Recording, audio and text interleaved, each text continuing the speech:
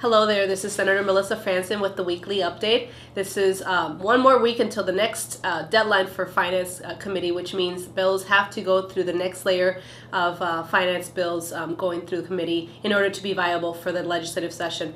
We're only 4 weeks away from the end, May 18th.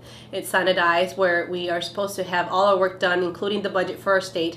And right now what we're doing is getting together all the omnibus bills that are composed of many of the senators' ideas throughout the year, and they're put together into an omnibus bill. We've done a lot of the work through committees. Next week I'll have work in the Health and Human Services and in Transportation, where I serve on, where we'll go through in depth of all these bills and mark them up with further amendments. This week we just passed the Higher Education Omnibus Bill, where I sit on as well in committee, and that bill is really looking good in terms of the investments we're doing for higher education, trying to not only fund our MINSCU and University of Minnesota system, but also doing things to leverage what we're doing in the E-12 system, where we can get more individuals through apprenticeships and other forms to get credit early while they're in high school. So there's a lot of collaboration happening in the education system, and this bill is certainly making some investments in that area. One piece that is also in the bill that I'm excited about is that MINSCU allowing for students who graduate from high school to be able to attend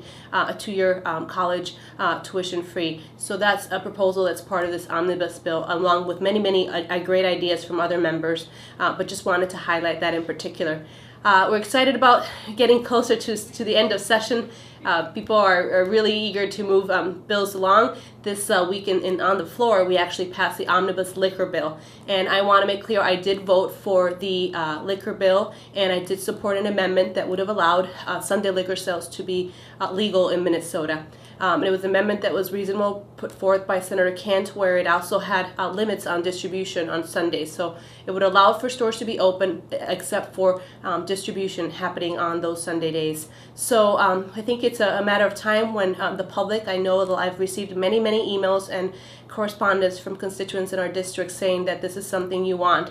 I also want to acknowledge that I do represent different interests in the different cities that I represent, including Edina, Bloomington, Eden Prairie, and Minnetonka. Edina is a municipal liquor store jurisdiction where I want to understand every time I get an email from a constituent to learn that a lot of the investments that are happening through those stores end up being poured into the district. So it might have an effect on that, but I still want people to understand those dynamics. And if you have any further questions on my position on this issue, please feel free to reach out to me, and certainly I'll have a conversation with you about those dynamics. But I've received a lot of great correspondence from constituents on my vote, and I hope that someday we'll move forward with that idea. I was skeptical at first, but I've heard really loud and clear from constituents that that is something that you want.